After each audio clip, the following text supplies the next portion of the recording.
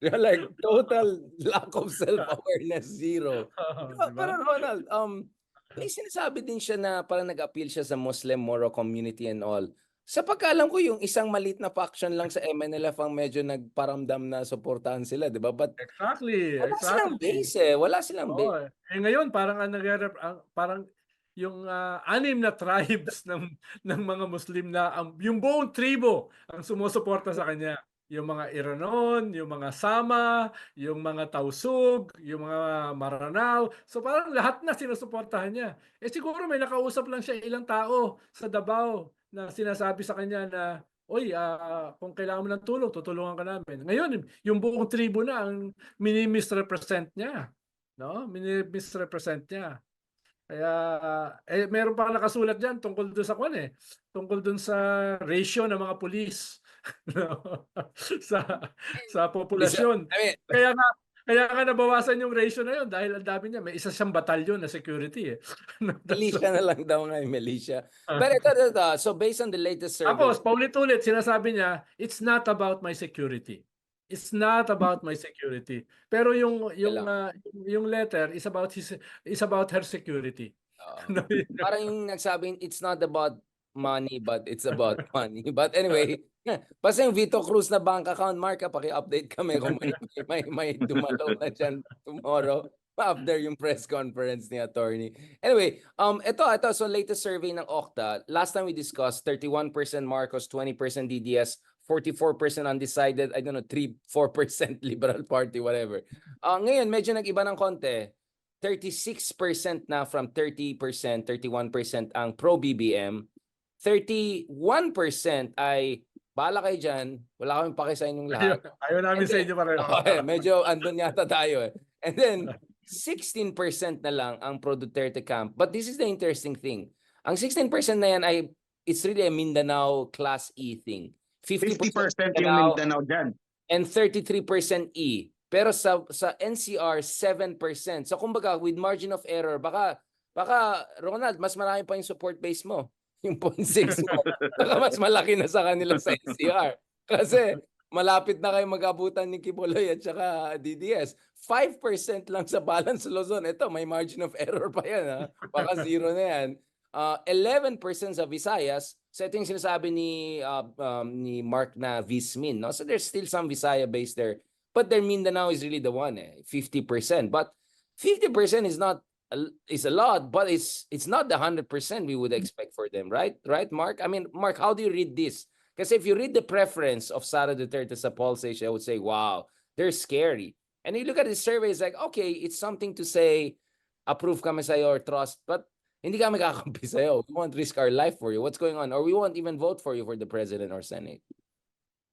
Iniisip ko nga kung yung bang nawala sa Duterte na pro, yun ba yung nalipat sa pro Marcos?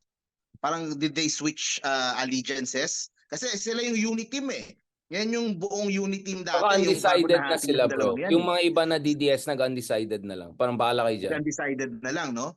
So, ay sa akin ano din, kumaga it shows na kung ano man yung ginagawa ng mga maisug over the last few months, it's not working.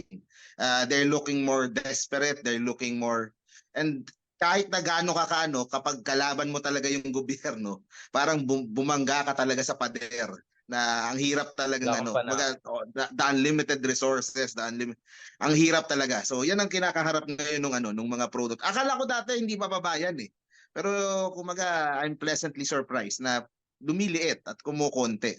At ang tanong ko lang dyan sa survey, ilan kaya dyan meron na kayang Pro Tulfo? Meron na kayang mga ganung Yun ang maganda, masama sana nila sa next. Meron silang separate survey 2 months ago na mas nakafocus talaga sa presidential preference. Ang lumabas dyan, 34% si Sara, 35% si Tulfo. No, So Paul say siya yan. Paul say siya the same. Sa kwan yun, sa Okta. Yeah, I'm talking about Paul Seisha is also the same, more or less. Yeah. Tsaka ang problema nga kasi talaga nung maglalabas sila next month na ganun uli. No? Kaya kung titingnan mo rito, kung ididikit mo, mukhang yung 42%, yun ang pumupunta kay Tulfo. yung undecided na Undecided, 11% no? at Parang yung siya yung nagiging 31%. pero that's the ano din. Kasi yung mga pro Marcos, yung Hmm. sabi mo ng 36% yan, I always say nga soft yung 36%. Kasi hindi naman yan pupunta kay Romualdez as of Hmm. now. Yes, So, yes. so soft din siya eh. Kaya unlike Oo. sa mga Duterte na although paliit na paliit, karamihan dyan, alam mong pipili sa grupo nila. Kung hindi si Sara, si Robin, si Bongo. Yung Yun nga sa yung tanong pink, ko. sa opposition, kahit 5% yan, alam Solid mong lahat yun. yan, so solid kung sino yung Solid pipiliin ng oposisyon. Kung si Risa, kung si Lenny, kung sino man yan. So yung iniintindi ko yung sa pro Marcos na nag-identify sila as pro Marcos. Pero pagdating sa presidential, hindi nagtatranslate. Tama. Sabi ko nga kay Professor Ranjit, meron ba kayong data tungkol sa soft at saka hard? Sa mga surveys kasi sa US, hindi lang simpleng soft at hard eh. 100 points yung kanilang basehan eh. So hindi lang siya usapin ng soft at hard. Sino dun sa mga botante halimbawa ng Republicans ay ganito yung preference? 1, 2, 3, 4, 5, 6, 7, 8, 9, 10, May 11, 12, spectrum 13. talaga. So Grabe. para sa strategy ay talagang nakafocus dun sa mga layers na yon. Sa atin kasi minsan nga hindi sinasama yung soft at hard. Pero mahalaga kasi yan sa strategy eh. Dahil ang lulusupin mo yung soft. Yung hard hindi mo na pupuntahan yon eh. No, hindi mo na pupuntahan yon. Yung Yung soft swinger, yun ang swing votes. Yun ang pupunta. halimbawa, yan, meron kang almost 50% na neither Digong or Duterte. Pero dun sa other 50% na Digong, na Duterte at saka Marcos, alin doon yung soft na pwede mo pang i-raid. Yung 36% na pro Marcos, lahat ba, how many percent of that will vote whoever PBBM endorses? Wala silang data, no? Yun nga yung tanong. Yun ang magandang deeper na papasok. Pero guys, my sense there is that yung second preference could be helpful. My sense is baka Sara 30% is hitting the ceiling already.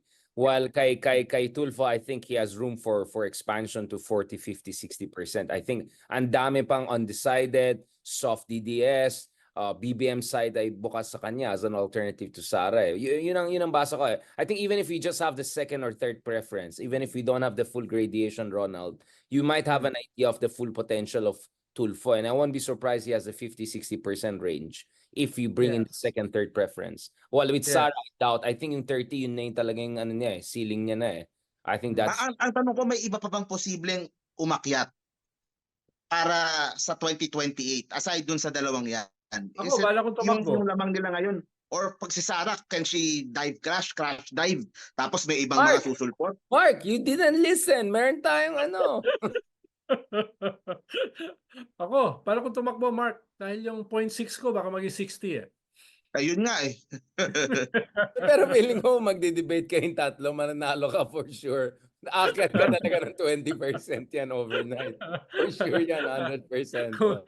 Kung bardagulan yung debate eh.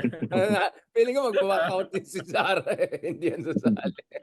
Matatalo sila sa'yo. Okay. I think that's it for our last short episode. Thank you very much, gentlemen. Let's talk a little bit about opposition naman. Baka naman sasabihin naman, nag-apply naman tayo sa mga iba-ibang kampo. Thank you very much, gentlemen. This is it. Welcome back sa minamahal niyong Tres Super Marios ng bayan. Ito na yung suggestion, Sir Ronald. Ito na kasama natin ang paboritong ex-secretary, future senador, future ex-senador, si Sir Ronald Llamas. At of course, ito, attorney ng bayan. Hindi si Libayan, pero si Mark Gamboa. Salamat, Sir Gamboa. Wait lang. Iba na palang senador clothing. Sabi ko, sino ito agad?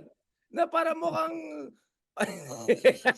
May sasabihin ako eh. Pero ano naman tayo? Baka makancel ako. Basta si Sir Ronald, consistent shogun siya eh. Ito si Models of Manila attorney Gambo. Bakit senador clothing yung ID name mo? Ano bagong Yun yung negosyo bagong ba to? brand ng clothing na ilalabas ko. Pang Na senador medyo lang. political ng konti para medyo Pang mag-election eh. So, Oh, hindi so na medyo pwede- business naman tayo. Natawa ko kanina eh. May mga nagtanong eh. Abogado ba si Mark? ang nagsimula dyan si Gio. Na abogado din, di ba, si Gio? Si Gio sino yung attorney na kasama niyo na napaka-comment na talagang realistic? Sino? Si Mark. Oo nga, no, Attorney Gamboa. Sige, kalat nyo lang. Wala namang masama. Oh, wala namang masama. Isipin nila. Pero bakit Senador Clothing, di ba kasama yung mga ex-spokesman dyan, yung mga hindi nanalo sa Senate pero may pag-asa ma-appoint ng mga di ko Pwede rin. Bakit mga hindi? mahilig sa Pogo. Mahilig sa Pogo, yung mga ganun. Alright, O, alright. mga, Bago tayo sa kasama din yung mga senadoriable. Diba? mga 0.6%. Pwede ka na sa Yun, Ronald. kasama din Pwede yan. ka na Senator Clothing. Oo. May May negosyo discount pala. yan sa clothing ko. Paglabas. 0.6% yung discount mo. Kala ko ukay sa Baguio eh. Okay. Ito na guys. Marami tayong pag-usapan. Harry Roque. Ito na, mayroon ng parang may pagka-travel advisory-esque na nangyari. Hindi naman blue notice ba yan or so? Hindi naman ganoon. Obviously, maraming development din sa Manila. Ito na. Officially with admin or at least lakas CMD na si Mayor Lacuna.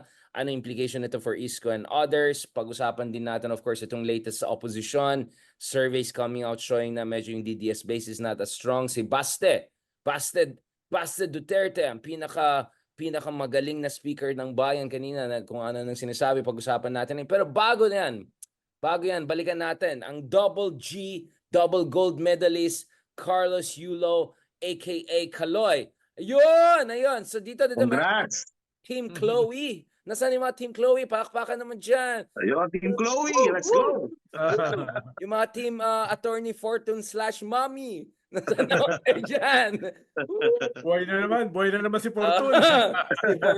kung kailan patapos yung career ni Roque, ni Harry, si Fortune naman ang bumalik sa eksena. Yan, yung mga talagang I'm sure pro bono yan, no? Kay Fortune. I'm sure ginagawa niyan para sa bayan, no? At of course, Team Tatay. Sa daddy yun yung kawawa Siya talaga may point si Team Tatay. Okay, pag-usapan natin. Simulan muna tayo kay Sir Mark Gamboa kasi ikaw yung extraordinary entertainment / politics vlogger natin. Give us the lay of the land, kumbaga, Sir Mark. What on earth is going on? Ayun. Sobrang out of hand na. Sobrang, it escalated very quick na umabot na sa Forbes. Diba? Sa ibang bansa, ni-report ng Forbes na Olympic gold medalist claims that yung kanyang nanay has been stealing money from him. Hindi ba naman nakakahiya? Diba? Na umabot pa doon. Ay, nako. Yun, pero ito ang sinasabi nila, nagsimula naman yan lahat dahil dun sa unang post nung si Mami Angelica, na parang nag-cheer pa doon sa Japan. Yung Japan lang malakas, parang ganun yung sinabi, na parang hiret dun sa kanyang anak. So obviously may gap yung dalawa. Tapos it was made worse nung siya ay nagpa-interview kung saan doon na, kasi ang daming memes doon sa interview ang daming nakuwang mga clips kung saan sinabi niya, never kami nagnakaw, meron pero portion lang. hindi siya aaray. Okay. Tapos natawa ko doon, may part pa doon siyang sinabi parang Harry Roque magsalita. Parang digong More digong. May sinabi pa si Mami na kasi tinuturuan niya yung mga bata, so kukuha minsan ng pera daw nila, bibili ng gamit sa bahay para meron daw silang remembrance nung pera nila. So yun yun. So hindi ko man yung dapat nagpa-interview. Mark, ko lang. Di ko na-gets. So yung binigay niya account sa Vito Cruz, yun yung ginamit niya sa credit card niya. Medyo complicated yung nangyari Wala so may nakuwang cash prize ata. Yun yung ginamit niya na para sinilid niya sa bangko, tapos nilock sa bangko para makakuha siya ng credit card. Tapos nung gusto nang tanggalin yung pera, hindi pwede kasi daw macha-charge siya. Macha-charge nga naman siya doon sa credit card. Ayun. Kaso, to make things worse, sumagot pa itong si Kaloy. So yung iba, pinupuna si Kaloy, dapat hindi na daw sumagot. Sumagot siya, kasama yung kanyang girlfriend sa likod, na medyo ayaw nung nanay. Ayaw nung nanay. So doon pa lumala kasi sila kasama, nakabantay siya sa likod. Nakabantay. Nakita mo na tong meme na to? Pinost ko sa Facebook ko, nag 10,000 likes Nakita mo na to, Richard. Ayan. Ay, kita ba? Ayan. Nakita ko yung Bongbong and Sarah. Ayan. Pogi si Ayan. BBM, Si ano yan? Si Makoy Yulo tsaka si Inday Chloe. Oo, Inday Chloe. Sa bagay. Ang Tapos, daming memes. medyo Ayun. Tatay Digong yung isa. Gano'n. So, doon lalong sumabog. So, nung si Chloe na yung nagsalita, pinick up na ng mga international media, lalong sumama tuloy yung sitwasyon. So, kanina nagpa-press con yung nanay na parang gusto na makipag-reconciliation ata. So sana naman maayos yung kanilang problemang pamilya. Hindi na dapat nilalabas yan eh. Pero yun nga, nandito na tayo. Lalo na kung meron kang 85 to 100 million, talagang lahat makikipag-reconcile sa'yo, no?